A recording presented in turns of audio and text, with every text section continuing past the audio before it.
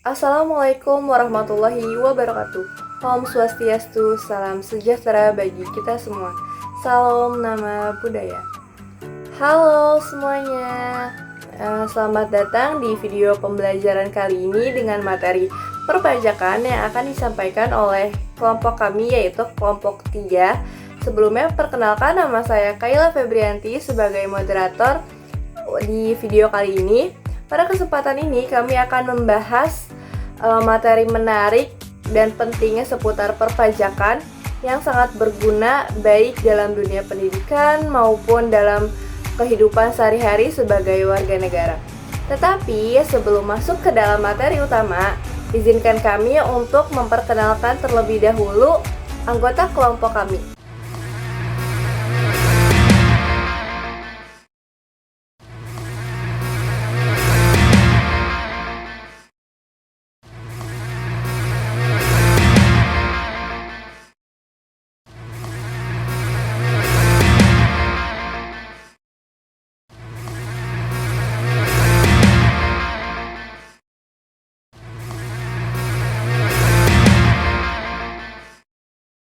Masuk ke pembahasan pertama, pengertian pajak.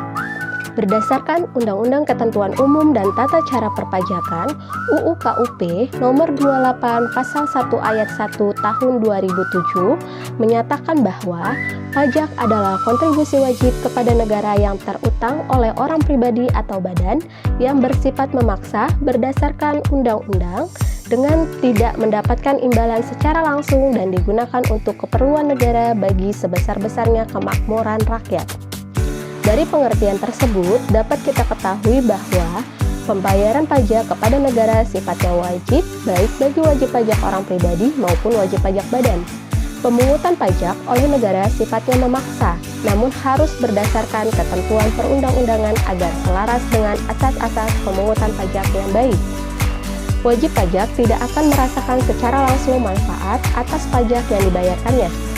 Wajib pajak akan mendapatkan manfaat pembayaran pajak secara tidak langsung melalui program-program yang dilaksanakan oleh pemerintah yang dibiayai dengan pajak yang telah dikumpulkan. Pembayaran pajak merupakan perwujudan sikap gotong royong warga negara untuk bersama-sama membiayai pengeluaran negara dan pembangunan nasional. Pengeluaran negara dan pembangunan nasional tersebut dilaksanakan dengan tujuan utama untuk memberikan kesejahteraan dan kemakmuran bagi seluruh masyarakat Indonesia. Karakteristik pajak menurut UU KUP, bahwa pajak adalah suatu kontribusi kewajiban dari masyarakat. Hal ini menunjukkan bahwa setiap orang yang menerima syarat subjektif dan objektif memiliki kewajiban membayar pajak. Artinya, pajak dikenakan kepada warga negara apabila memiliki penghasilan di atas tertentu. Contoh, jika seseorang memiliki penghasilan lebih dari Rp2.050.000 per bulan, maka ia wajib membayar pajak. Bahkan untuk karyawan swasta atau pemerintahan yang memiliki penghasilan sebesar Rp2.000.000 per bulan tetap dikenakan pajak sebesar 1% dari jumlah pendapatan kotor sesuai ketentuan dalam PP No. 46 Tahun 2012. Yang kedua, ada terdapat istilah pajak paksa. Artinya pajak ini tetap berlaku dan harus dibayarkan oleh setiap warga negara yang telah memenuhi kewajiban subjektif dan objektif. Jika seseorang tidak membayar pajak secara sengaja, maka sesuai dengan ketentuan Undang-Undang Perpajakan akan dikenakan sanksi baik secara administrasi, denda atau bunga maupun sanksi hukum pidana. Yang ketiga, bahwa pajak tidak memberikan imbalan secara langsung kepada pembayar. Hal ini membedakan pajak dari biaya jasa atau retribusi. Masyarakat tidak memperoleh balasan atau layanan langsung atau pajak yang dibayarkan. Sebaliknya, manfaat pajak diberikan dalam bentuk layanan publik yang sifatnya menyeluruh dan tidak spesifik kepada pembayar. Yang terakhir, bahwa pajak diatur dalam hukum negara berdasarkan undang-undang. Dalam hal ini, setiap pemungutan pajak harus memiliki dasar hukum yang sah dan tertulis. Undang-undang tersebut mengatur secara lengkap mengenai mekanisme pemungutan pajak, mulai dari penentuan siapa yang kena pajak, bagaimana cara menghitung besaran pajak, prosedur pembayaran, sampai dengan pelaporan pajak dan oleh wajib pajak. Unsur-unsur pajak. Yang pertama ada dasar hukum atau undang-undang pajak yang mendasar. Pemungutan pajak hanya sah jika memiliki landasan hukum yang kuat. Undang-undang pajak menjadi dasar legal dalam menentukan siapa yang wajib membayar, atas apa dan berapa besarnya. Tanpa dasar ini pemungutan pajak tidak diperbolehkan. Yang kedua ada subjek pajak.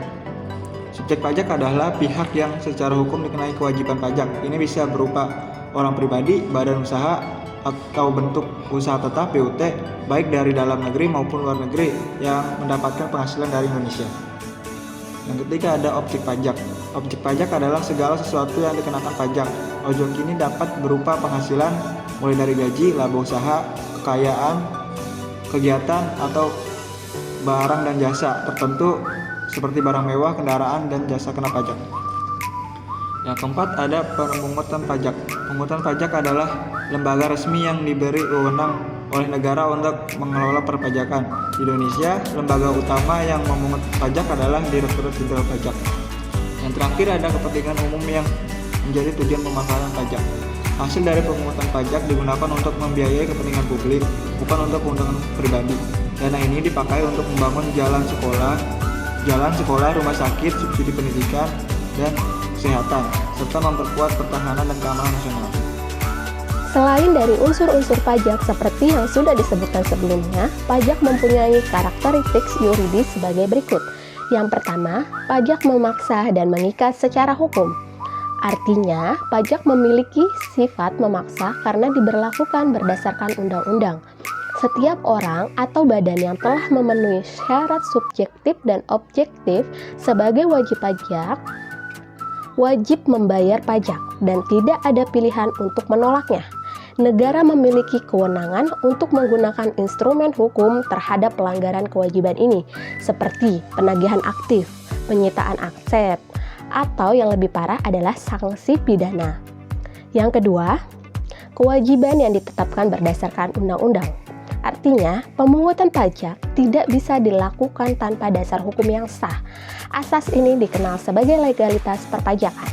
Semua elemen perpajakan termasuk siapa yang menjadi subjek pajak, apa yang menjadi objek pajak, berapa tarifnya, dan bagaimana cara menghitungnya, serta membayar pajaknya bagaimana, itu harus diatur oleh peraturan perundang-undangan yang berlaku di Indonesia. 3. Tidak memberikan imbalan secara langsung. Artinya, pembayaran pajak tidak disertai dengan imbalan atau balas jasa langsung dari negara kepada wajib pajak. Manfaat dari pembayaran pajak bersifat tidak langsung, yaitu dalam bentuk pembangunan infrastruktur, layanan publik, pertahanan, pendidikan, dan sebagainya.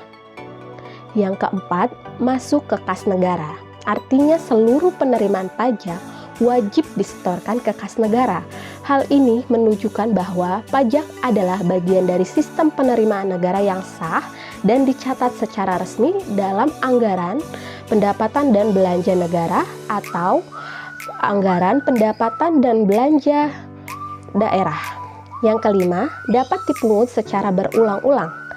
Artinya, beberapa jenis pajak dapat dipungut secara berkala, misalnya tahunan atau bulanan, sesuai dengan peraturan yang berlaku. Hal ini berbeda dengan pemungutan tertentu, seperti denda atau sanksi, yang bersifat insidental. Yang keenam, dikenakan terhadap peristiwa hukum atau ekonomi.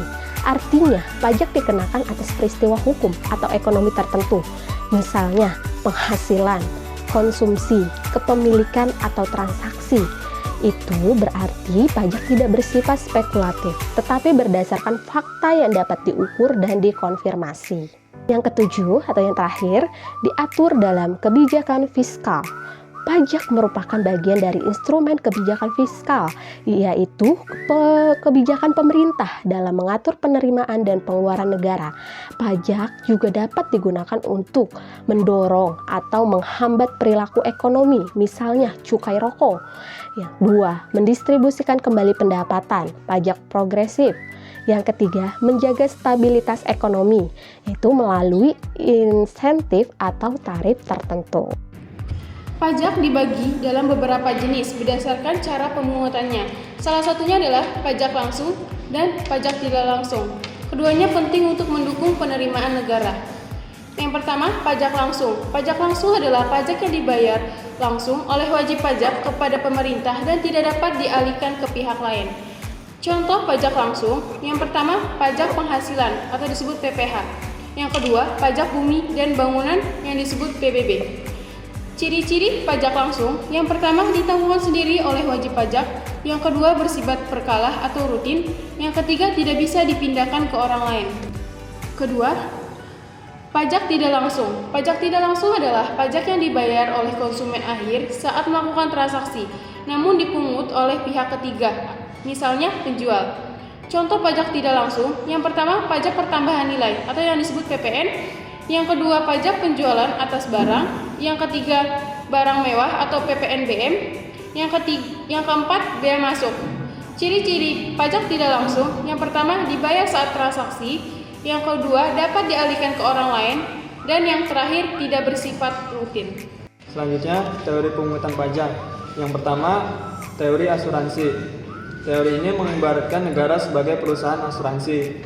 Pajak dipungut untuk membiayai pertahanan dan keamanan nasional. Warga negara wajib membayar pajak karena negara menjamin keamanan mereka. Kelemahan daripada teori ini adalah teori ini sudah ditinggalkan karena tidak ada hubungan langsung antara pajak yang dibayarkan dan perlindungan oleh warga negara. Yang kedua, teori daya pikul. Pungutan pajak berdasarkan kemampuan membayar atau daya pikul. Orang yang penghasilan lebih tinggi harus menanggung pajak yang lebih besar. Contohnya yaitu Pak Budi berpenghasilan 50 juta per bulan, harus membayar PPh lebih tinggi daripada Pak Andi yang berpenghasilan 5 juta. Selanjutnya, yang ketiga yaitu teori daya beli. Teori ini menjaga kemampuan masyarakat dalam membeli kebutuhan pokok. Bila harga barang pokok naik dan daya beli menurun, pemerintah berhak untuk menurunkan atau menghapus pajak. Contohnya menghapus PPN atas sembako sehingga sembako itu menjadi turun. Yang keempat yaitu teori keseimbangan. Teori ini bertujuan menjaga keseimbangan antara konsumsi impor dan produksi dalam negeri. Barang mewah yang dikenakan pajak lebih tinggi agar tidak merugikan industri lokal yang ada di Indonesia. Contohnya, pembelian mobil mewah impor seharga 5 miliar akan dikenai PPNBM dan bea masuk yang tinggi hingga sampai 100%. Terakhir, teori pajak mutlak. Rakyat wajib menyerahkan hasil panen sebagai pajak tanpa imbalan. Contoh ini seperti contoh di zaman kolonial Belanda. Pajak dikenakan secara sepihak oleh penguasa pada saat itu tanpa memperhatikan kemampuan atau manfaat bagi rakyat. Pajak dapat dipelajari dari berbagai aspek termasuk pendekatannya dalam hal hukum. Selain itu, pajak juga didekati dalam hal ekonomi, keuangan, sosial, atau dalam hal pembangunan. Beberapa hal terkait ruang lingkup dari pendekatan pajak segi hukum meliputi yaitu yang pertama, bagaimana hubungan hukumnya, kedua, hukum dari kewajiban dan hak pajak dan negara, ketiga, orang yang berhak dalam pungutan pajak. Yang keempat, apa saja kewajiban dari pungutan pajak dan wajib pajaknya. Kelima, pajak dan timbul dari hutang pajak. Keenam, sanksi dari konsekuensi hukum pajaknya. Ketujuh, dasar dari pembenaran pungutan pajak. Kedelapan, kapan waktu dari akhir pembayaran pajak. 9. Bagaimana prosedur dari komplain, hukum, dan banding mengenai proses pajaknya. Dan yang terakhir, ada lembaga apa saja dalam pajaknya. Yang selanjutnya, subjek pajak. Subjek pajak adalah pihak yang berkewajiban membayar pajak sesuai ketentuan perpajakan di Indonesia. Subjek pajak di Indonesia dibagi menjadi dua kategori. Satu, subjek pajak dalam negeri, yaitu individu atau badan yang tinggal atau berdomisili di Indonesia serta memiliki pusat kegiatan ekonomi di Indonesia. Kriteria subjek pajak dalam negeri menurut pasal 2 Undang-Undang PPh. Pertama, orang pribadi yang bertempat tinggal di Indonesia. Yang kedua, WNI berada di Indonesia lebih dari 183 hari dalam 1 tahun. Selanjutnya, yang ketiga, badan usaha yang didirikan atau berkedudukan di Indonesia. Dan yang keempat, warisan yang belum terbagi sebagai satu kesatuan menggantikan hak dan kewajiban pewaris. Yang kedua, subjek pajak luar negeri, yaitu individu atau badan usaha yang tidak tinggal di Indonesia tetapi tetap menerima penghasilan dari sumber di Indonesia. Kriteria menurut pasal 2 Undang-Undang PPh. Yang pertama, orang pribadi yang tidak tinggal di Indonesia. Yang kedua, badan usaha yang tidak didirikan atau tidak berkedudukan di Indonesia namun memperoleh penghasilan di Indonesia. Selanjutnya ada objek pajak. Objek kena pajak adalah segala sesuatu yang dapat dikenakan pajak. Pemerintah dapat menentukan objek pajak sesuai dengan undang-undang. Objek pajak dapat diklasifikasikan menjadi 3 bagian. Yang pertama itu objek pajak berbentuk keadaan, di mana yang mencakup kepemilikan barang seperti kendaraan dan rumah. Selanjutnya yang kedua, objek pajak berbentuk perbuatan, yaitu terkait dengan aktivitas seperti mendirikan bangunan. Dan yang ketiga, itu ada objek pajak berbentuk peristiwa yang muncul akibat kejadian tak terduga seperti warisan dan kemenangan lotre. Rincian objek pajak termasuk pada kendaraan bermotor, televisi, radio, dan pajak pertambahan nilai. Hak wajib pajak. Pengertian wajib pajak adalah orang pribadi atau badan yang memiliki kewajiban perpajakan sesuai ketentuan peraturan perundang-undangan. Hak wajib pajak menjamin perlindungan dan keadilan dalam sistem perpajakan. Hak wajib pajak. Pertama, hak untuk mendapatkan NPWP atau nomor pokok wajib pajak. Wajib pajak berhak mendaftarkan dan memperoleh NPWP sebagai identitas perpajakan. Kedua, hak atas kerahasiaan data perpajakan. Data dan informasi perpajakan wajib pajak dijamin kerahasiaannya oleh Direktorat Jenderal Pajak atau disebut DJP. Ketiga, hak untuk mendapatkan pelayanan perpajakan. Wajib pajak berhak memperoleh pelayanan, bimbingan, serta informasi dari petugas pajak. Yang keempat, hak untuk mengajukan keberatan, banding, dan gugatan. Jika tidak setuju atas ketetapan pajak, wajib pajak bisa mengajukan keberatan atau banding sesuai prosedur. Yang kelima, hak atas pengembalian kelebihan pembayaran pajak. Jika terdapat kelebihan pembayaran pajak, wajib pajak berhak mengajukan permohonan restitusi. Yang keenam, hak untuk mengasur atau menunda pembayaran pajak. Dalam kondisi tertentu, wajib pajak bisa mengajukan permohonan untuk mengasur atau menunda pembayaran pajak. Kewajiban pajak. Yang pertama, mendaftarkan diri dan memperoleh NPWP. Setiap orang pribadi atau badan yang memenuhi syarat subjektif dan objektif wajib mendaftarkan untuk mendapatkan NPWP. Yang kedua, menghitung, menyetor, dan melaporkan pajak. Wajib pajak harus menghitung sendiri besarnya pajak, menyetorkan ke kas negara, dan melaporkan SPT atau surat pemberitahuan. Yang ketiga, menyelenggarakan pembukuan atau pencatatan. Wajib pajak badan dan orang pribadi dengan usaha wajib menyusun pembukuan atau pencatatan sesuai ketentuan. Yang keempat, mematuhi ketentuan perpajakan termasuk bersikap kooperatif dalam pemeriksaan, menyampaikan data secara benar dan tidak menghindari pajak. Yang kelima, memberikan data dan dokumen yang diminta oleh DJP dalam hal pemeriksaan wajib pajak. Wajib pajak memberikan akses atau dokumen data yang relevan. Selanjutnya ada lembaga pajak. Dalam proses pembayaran pajak membutuhkan beberapa lembaga. Adapun lembaga perpajakan yaitu meliputi yang pertama lembaga undang-undang dari pajak. Kedua, lembaga dalam mengumpulkan dari data pajak itu sendiri. Ketiga, lembaga dalam pemberitahuan mengenai pajaknya. Keempat, lembaga dari ketetapan pajak tersebut. Kelima, lembaga dari NPWP yaitu nomor pokok wajib pajak. Keenam, lembaga dari surat pemberitahuan pajak atau SPT. Ketujuh, lembaga dari keberatan pajak jika ada. Kedelapan, lembaga dari proses banding. Kesembilan, lembaga dari proses pengawasan pajak tersebut. Dan yang terakhir, lembaga untuk administrasi dari pajak. Tidak terasa kita sudah sampai di akhir video pembelajaran hari ini. Terima kasih yang telah menyaksikan video pembelajaran dari kelompok kami seputar perpajakan. Semoga apa yang kami sampaikan bisa bermanfaat, menambah wawasan, serta menumbuhkan kesadaran pentingnya memahami sistem perpajakan yang ada di Indonesia. Kurang lebihnya mohon maaf, saya mengundurkan diri. Wassalamualaikum warahmatullahi wabarakatuh. Thank you for watching guys.